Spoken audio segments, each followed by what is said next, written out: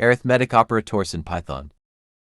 Arithmetic operators are used to perform mathematical operations on numbers in Python.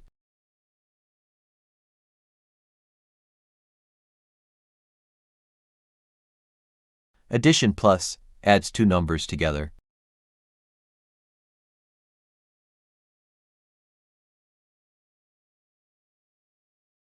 Subtraction subtracts one number from another.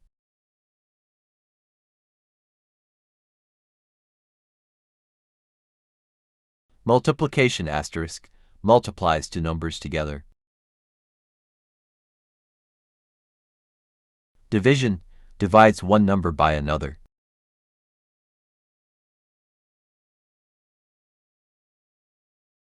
Modulus percent finds the remainder when one number is divided by another.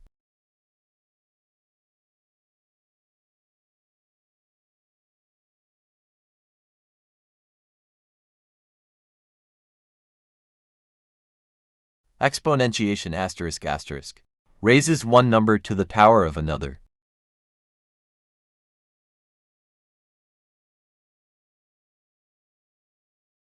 Floor division divides two numbers and rounds down the result.